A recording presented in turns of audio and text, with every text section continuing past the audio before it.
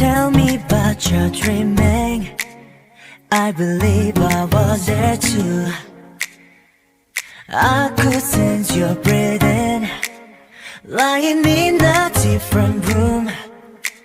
Free tonight, oh yeah. Just know you'll never be lonely.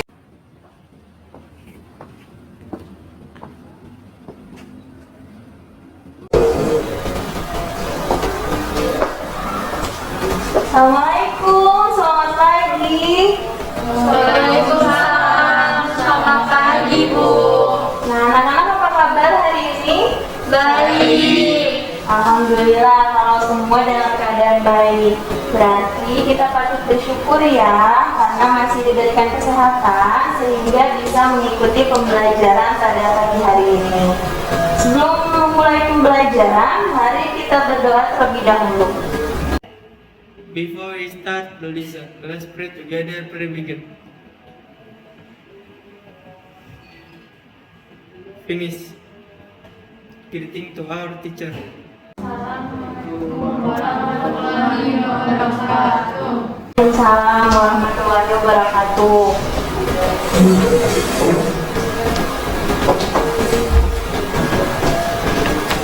Ibu absen dulu ya. Imam, Hadir Bu. Turis Dihar, Hadir Bu. Tangga, Hadir Bu. Nanda, Hadir Bu. Nadia, Hadir Bu. Yolanda. Hadir Bu. Oke, berarti hadir semua ya hari ini ya. Nah, meskipun di tengah kondisi pandemi seperti ini, jangan menyurutkan semangat kalian untuk menuntut ilmu ya. Iya Bu. Anak-anak, diperhatikan dulu di sekitarnya apakah masih ada sampah. Kalau masih ada sampah, silakan dibuang dulu di tempat sampah. Sudah benar Bu. Oke, kalau sudah bersih berarti kita sudah siap untuk memulai pembelajaran pada pagi hari ini. Pada pertemuan sebelumnya, kita sudah belajar tentang laporan keuangan yang harus dibuat oleh perusahaan jasa. Nah, ada yang masih ingat apa saja laporan keuangan yang harus dibuat oleh perusahaan jasa? Saya Bu. Ya, silakan Yolanda. 1. Laporan laba rugi income statement. 2. Laporan perubahan modal capital statement. 3. Laporan neraca balance sheet. 4. Laporan arus kas cash flow statement. Ya, betul sekali ya apa yang sudah disampaikan oleh Yolanda. Berarti Yolanda masih mengingat pelajaran pada pertemuan sebelumnya. Pada pertemuan hari ini, kita akan belajar kompetensi dasar 3.8 menganalisis akun-akun yang dibuatkan jurnal penutup pada perusahaan jasa dan juga menyusun neraca saldo setelah penutupan pada perusahaan jasa. Adapun tujuan pembelajaran yang hendak dicapai, yang pertama, kalian mampu menyimpulkan pengertian jurnal penutup.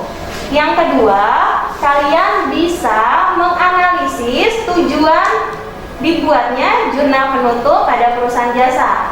Yang ketiga, kalian bisa menganalisis akun-akun yang perlu dibuatkan jurnal penutupnya. Dan yang terakhir, yang keempat, kalian bisa menyusun jurnal penutup untuk perusahaan jasa.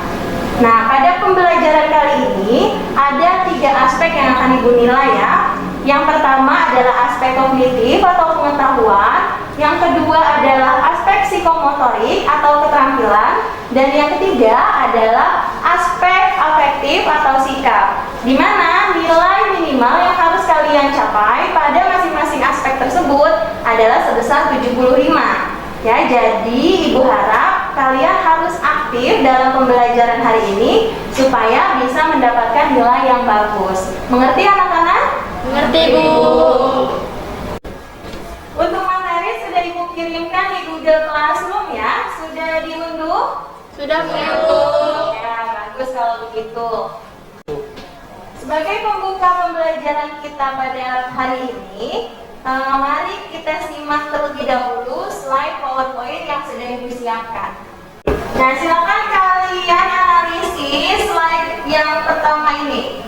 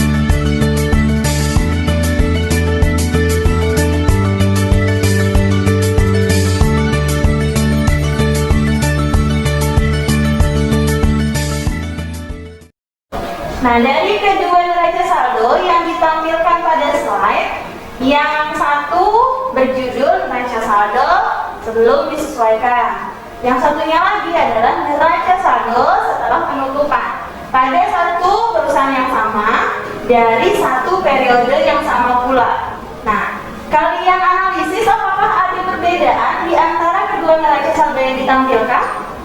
Ada ya, Anda? Ada Bu. Apa bisa sebutkan perbedaannya? Pada neraca saldo sebelah kiri akunnya lebih banyak dan yang kanan lebih sedikit. Ada lagi yang lain hasil analisisnya?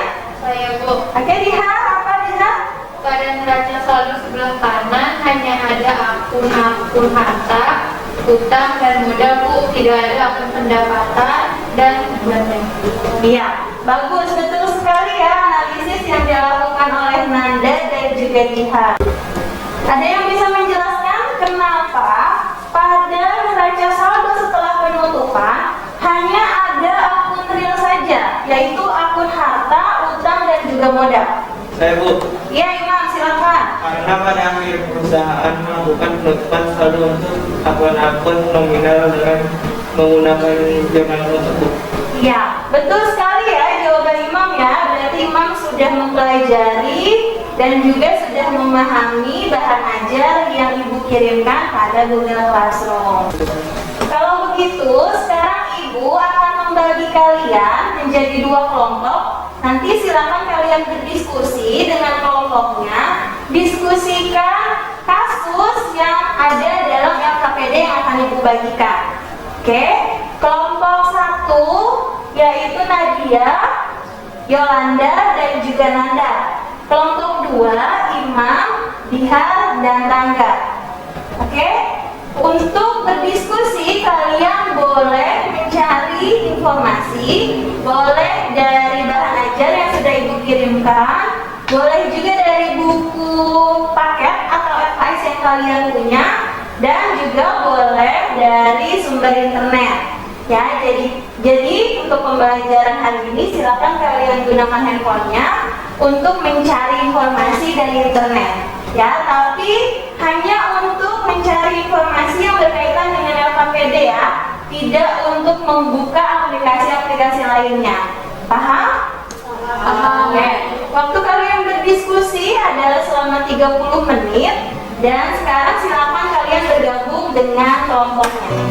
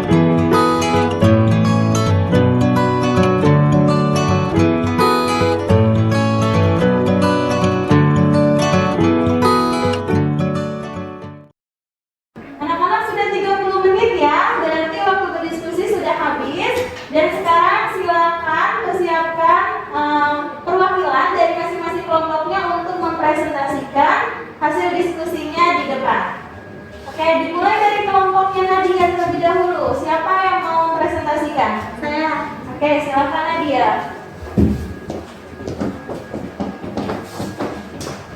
Assalamualaikum warahmatullahi wabarakatuh. Waalaikumsalam warahmatullahi wabarakatuh. Saya perwakilan dari kelompok 1 yang akan membacakan hasil diskusi saya. Jawaban pertama yaitu jurnal penutup adalah pencatatan pemindahan saldo akun nominal sementara berupa pendapatan dan beban ke akun modal melalui ikhtisar laba atau rugi serta pemindahan saldo akun prive ke akun modal. 2. Pembuatan jurnal penutup tentunya tidak dilakukan tanpa alasan. Jurnal penutup merupakan salah satu rangkaian siklus akuntansi perusahaan sebelum perusahaan melalui pencatatan untuk awal periode yang baru. Adapun alasan perusahaan membuat jurnal penutup di akhir periode diantaranya 1. Membuat saldo akun modal memiliki jumlah yang sesuai dengan keadaan pada akhir periode.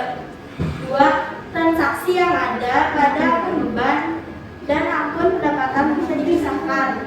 3. Setelah penutupan buku bisa disajikan neraca awal periode berikutnya. Kemudian saat dilakukan pemeriksaan, perusahaan akan lebih mudah menanganinya karena transaksi yang terjadi pada periode akuntansi sekarang dan sebelumnya sudah dipisahkan. Selanjutnya menyajikan kondisi keuangan yang real atau sesuai dengan kenyataan. Itu saja yang dapat saya presentasikan. Kurang lebihnya mohon maaf. Wassalamualaikum warahmatullahi wabarakatuh. Waalaikumsalam warahmatullahi wabarakatuh. Ya, bagus sekali ya presentasi dari kelompok 1. Kita beri tepuk tangan untuk kelompok 1. Selanjutnya silakan kelompok 2 untuk mempresentasikan hasil diskusi kelompoknya.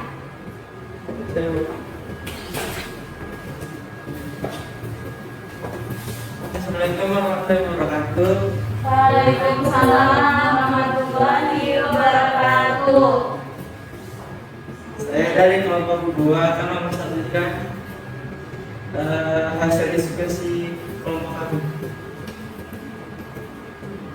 Akun yang perlu ditutup pada akhir periode adalah pendapatan jasa, beban gaji, beban listrik, beban iklan, beban asuransi, beban perlengkapan, depresiasi peralatan, beban bunga, prem rugi usaha.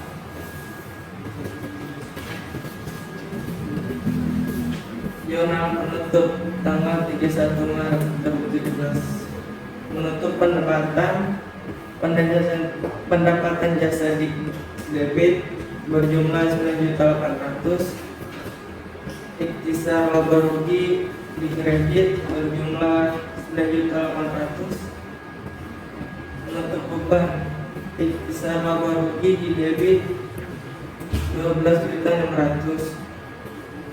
Beban gaji di kredit 6.400.000. Beban listrik 1.600.000. Beban iklan 800.000. Beban asuransi 400.000. Beban perlengkapan 600.000. Depresiasi peralatan 1.800.000. Beban bunga 1 juta. Penutup ikhtisar laba rugi. Modal di debit 1.800.000. Ikhtisar laba rugi di kredit 1.800.000.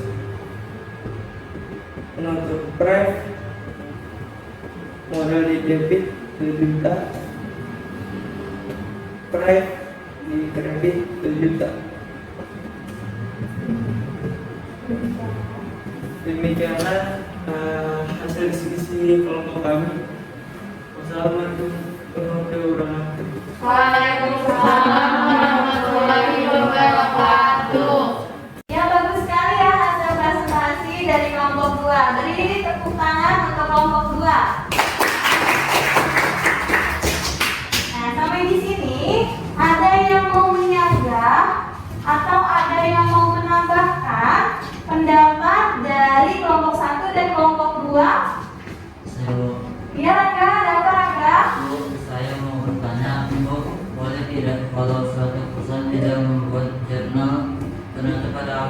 Oh, tuh ada pertanyaan dari Rangga tadi. Boleh tidak ya kalau sebuah perusahaan di akhir periode dia tidak membuatkan jurnal penutup? Nah, ada yang mau mencoba membantu menjawab dari pertanyaan Rangga? Saya Bu, Ya, Nanda, silakan. tidak boleh Bu, karena membuat jurnal penutup merupakan rangkaian dari siklus akuntansi. Kalau siklus akuntansi tidak dijalankan dengan semestinya akan menghasilkan laporan keuangan yang tidak akurat. Iya, itu ya jawaban dari Nanda, Rangga. Ya, pembuatan jurnal penutup ini sifatnya wajib dilakukan oleh perusahaan, seperti perusahaan membuat jurnal umum maupun membuat jurnal penyesuaian. Ya, sifatnya bukan opsional seperti membuat jurnal kembali pada awal periode. Jadi, kesimpulannya adalah perusahaan di akhir periode harus membuat yang namanya jurnal penutup. Mengerti, Rangga? Oke, kalau sudah mengerti.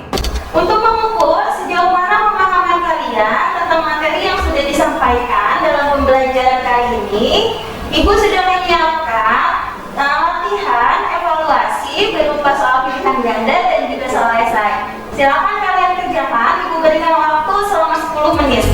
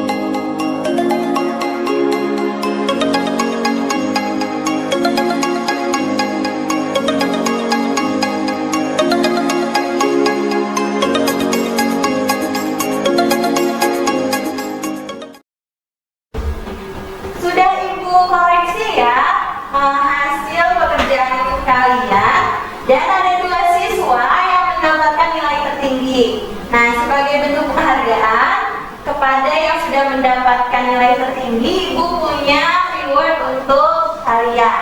Oke, Ibu panggilkan yang mendapatkan nilai tertinggi ada Rangga dan juga Yolanda. Silakan Rangga dan Yolanda maju ke depan.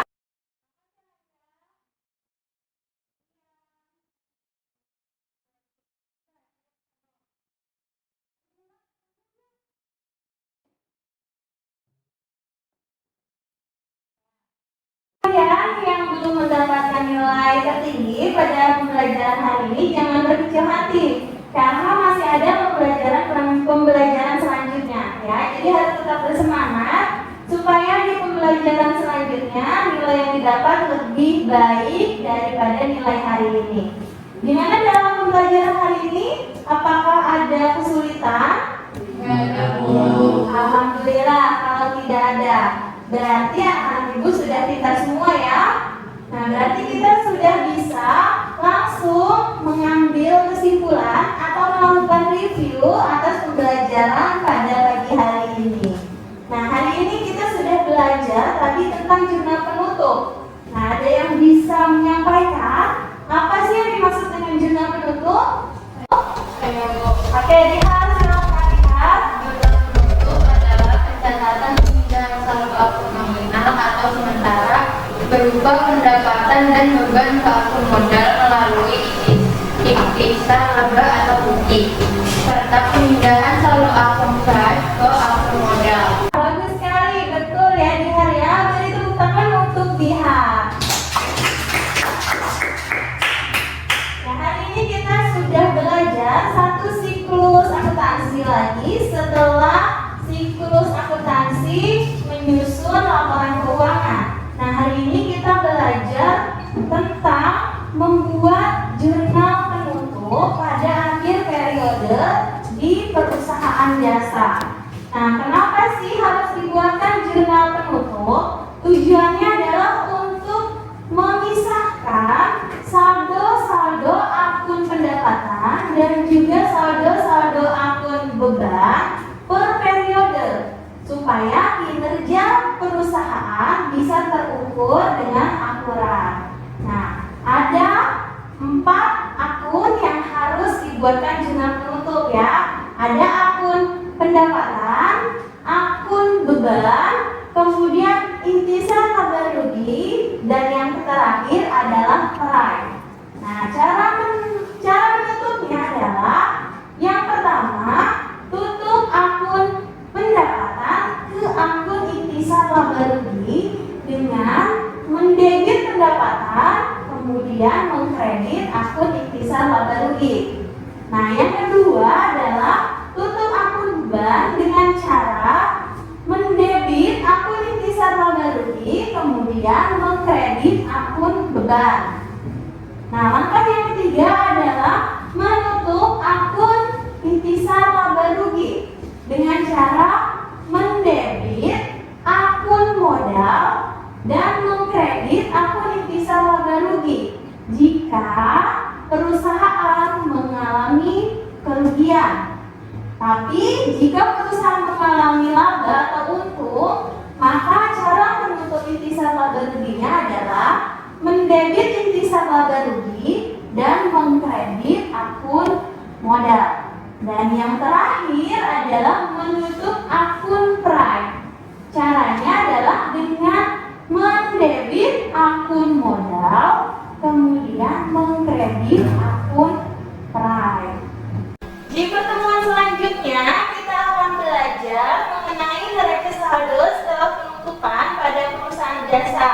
Nah, kalian silakan baca-baca terlebih dahulu materi tersebut. Boleh cari dari buku paket ataupun LKS, boleh juga cari dari sumber lain seperti internet untuk memperkaya literasi bacaan kalian. Oke? Pertemuan hari ini Ibu cukupkan sampai di sini. Insya Allah kita ketemu lagi dalam pertemuan selanjutnya minggu depan. Ya, mudah-mudahan dengan kondisi yang lebih baik. Ya, tetap semangat, tetap jaga kesehatan, dan juga mari kita saling bantu untuk memutus mata rantai penyebaran COVID-19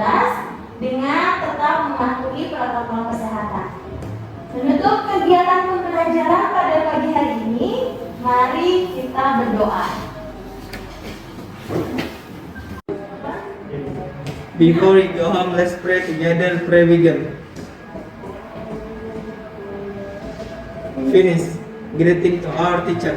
Assalamualaikum warahmatullahi